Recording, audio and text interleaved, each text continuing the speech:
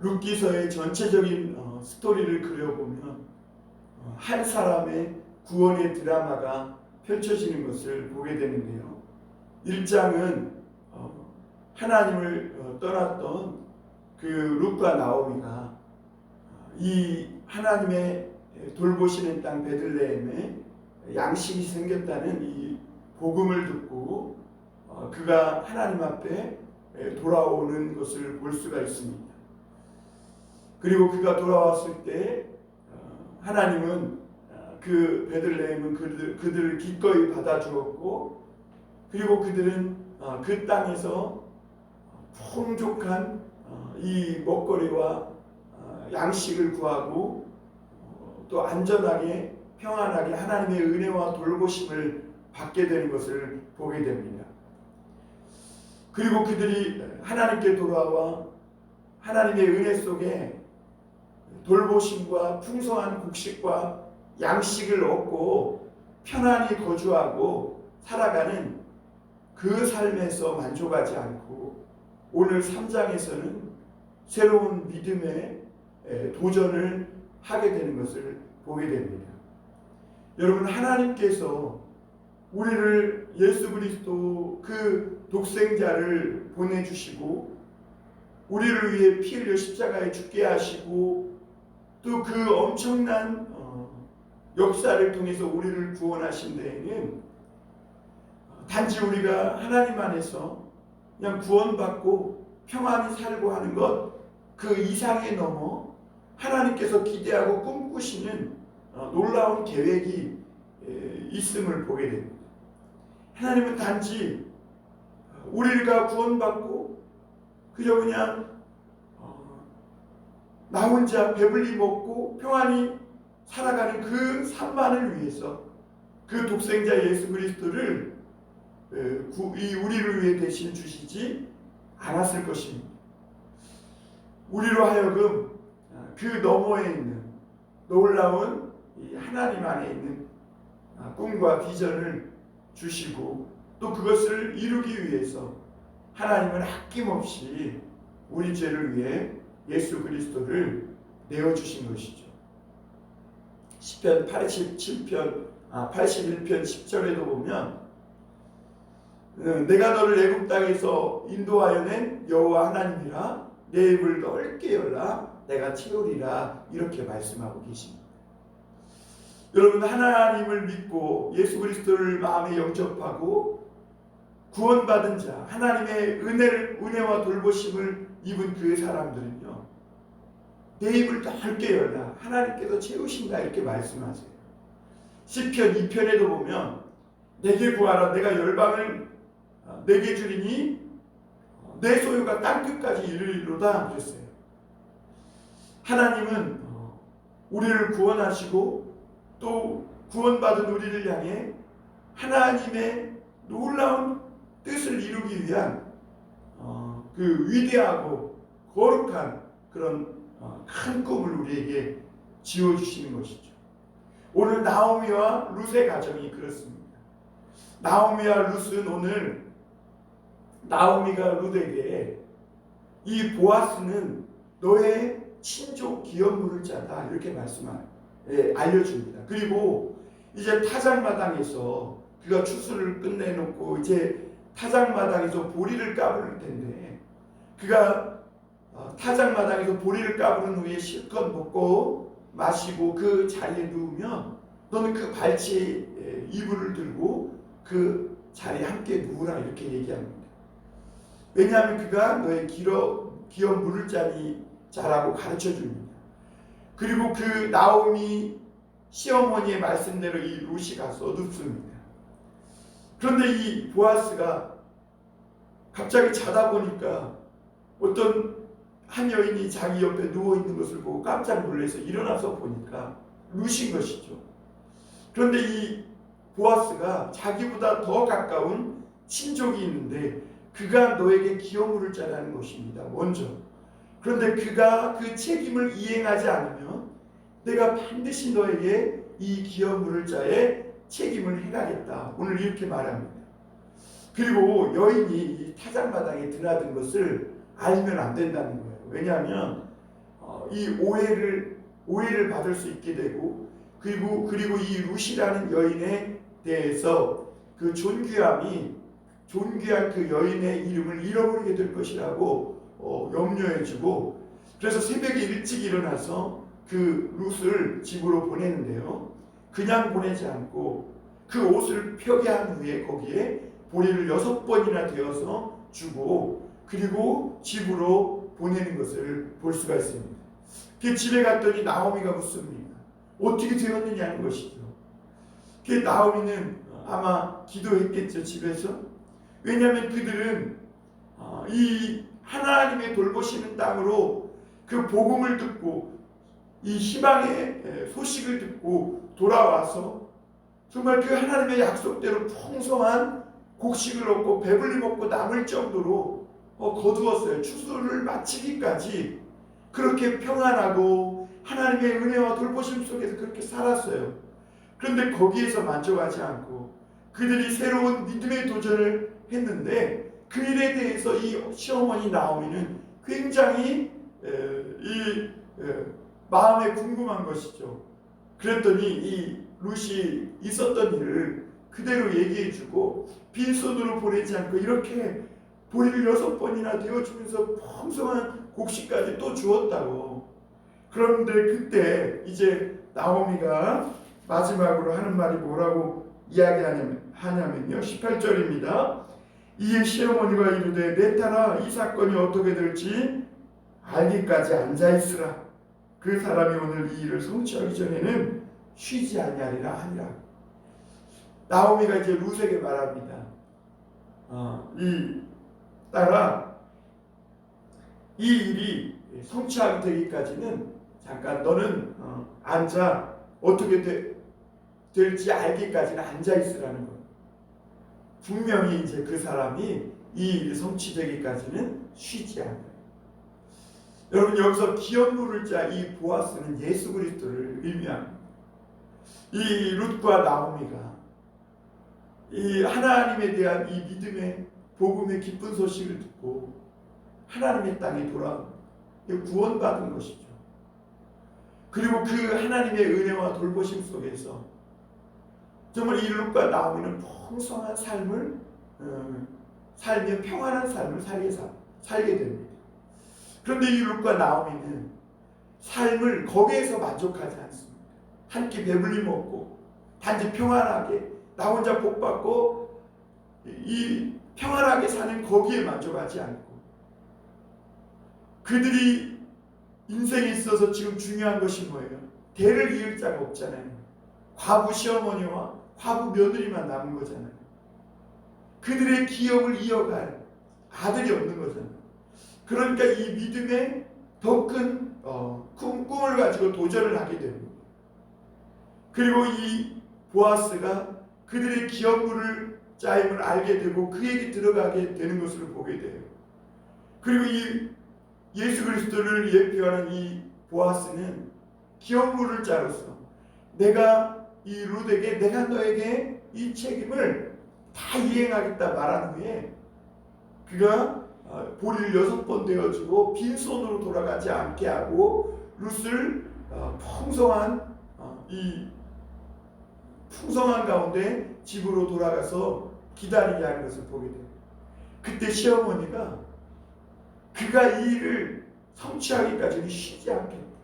하나님이 우리를 향한 이 계획을 이루기까지, 예수 그리스도가 우리를 구원하셨으면 우리를 그 하나님의 나라에 이끄시고 또 우리를 향한 그 더 큰 꿈과 그 큰 계획들을 이루시기까지 하나님은 쉬지 아니하십니다.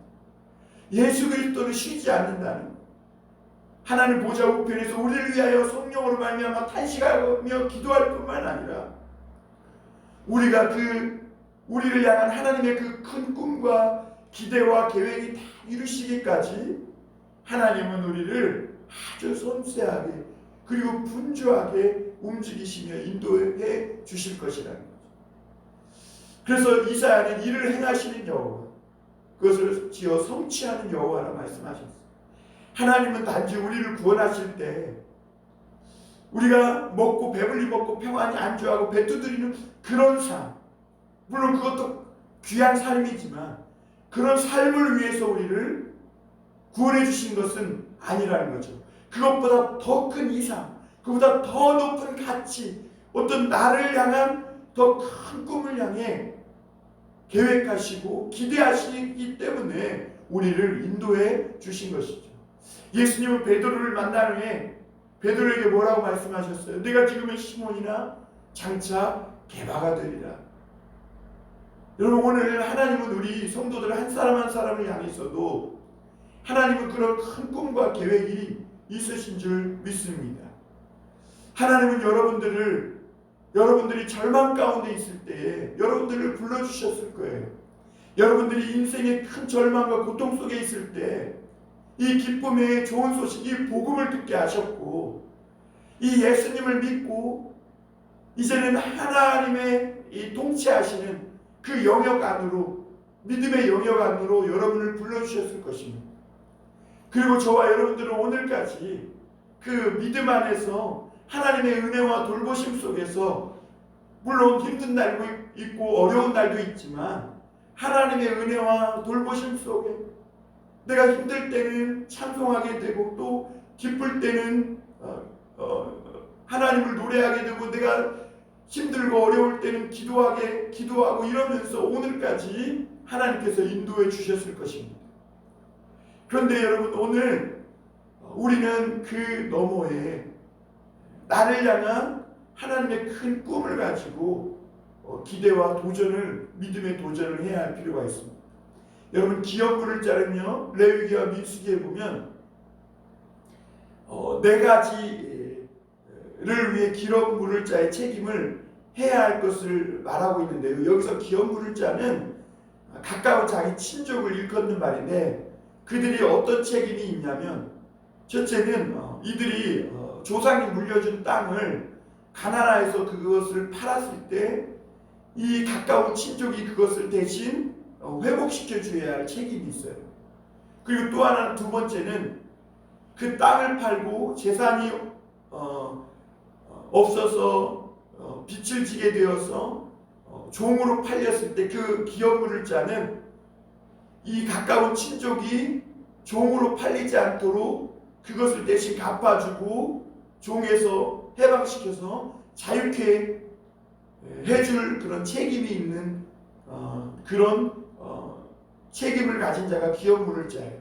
그러니까 첫 번째는 땅을 회복시켜줘야 하고, 두 번째는 종으로 팔렸을 때 그 팔린 자리에서 자유의 몸이 될 수 있도록 회복시켜줘야 합니다. 그리고 세 번째가, 형제가 아들을 낳지 못하고 죽었을 때 동생이나 형이 그 형제의 그 아들을 낳고 죽지 못했을 때 아들을 대신 낳을 수 있도록, 그래서 그 형제가 그 기업을 계속해서 이어갈 수 있도록 그 책임을 해줘야 할 필요가 있는 것입니다.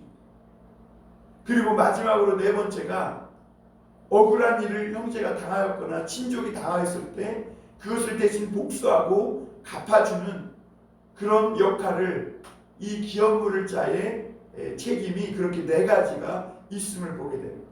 이 기업 물을 자는 바로 예수 그리스도를 말하고 있습니다.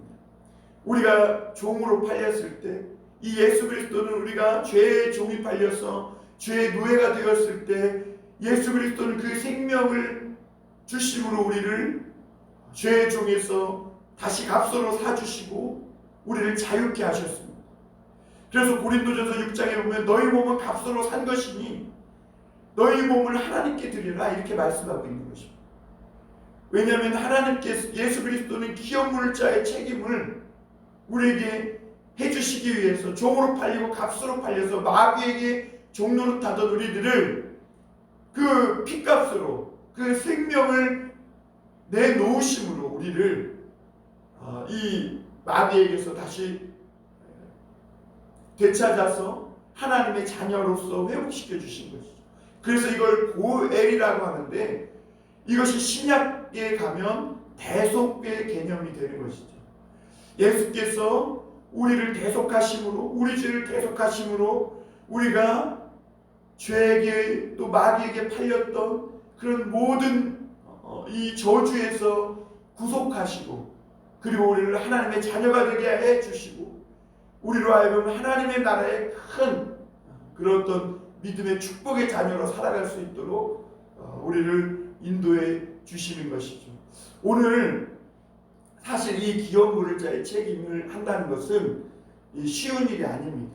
그리고 다 번거로운 일입니다. 이게 율법에 있긴 하지만 이게 누구나 쉽게 내가 너의 기업물을 자로서 책임을 다해주겠다 이렇게 하지 않습니다. 왜냐하면 자기의 재산이 이렇게 손해를 보게 되고, 그리고 아주 번거롭고 까다로운 일이기 때문에 그렇습니다.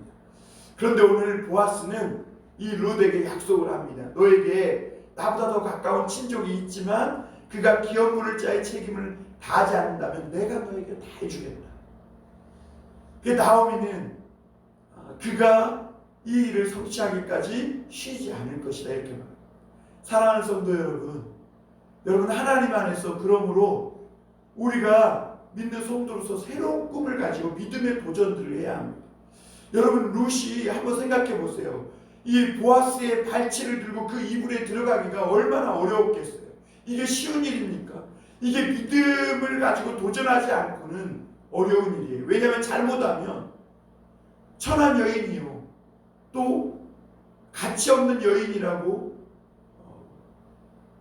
어떤 평가절하를 받을 수 있는 그런 두려움과 위험이 있는 일 아니겠어요? 밤에 타작마당에서 일을 끝내고 먹고 누워있는 이 보아스에게 몰래 들어가서 그 함께 자리에 눕는다는 것은 엄청난 이 믿음의 도전을 하고 있는 것이죠.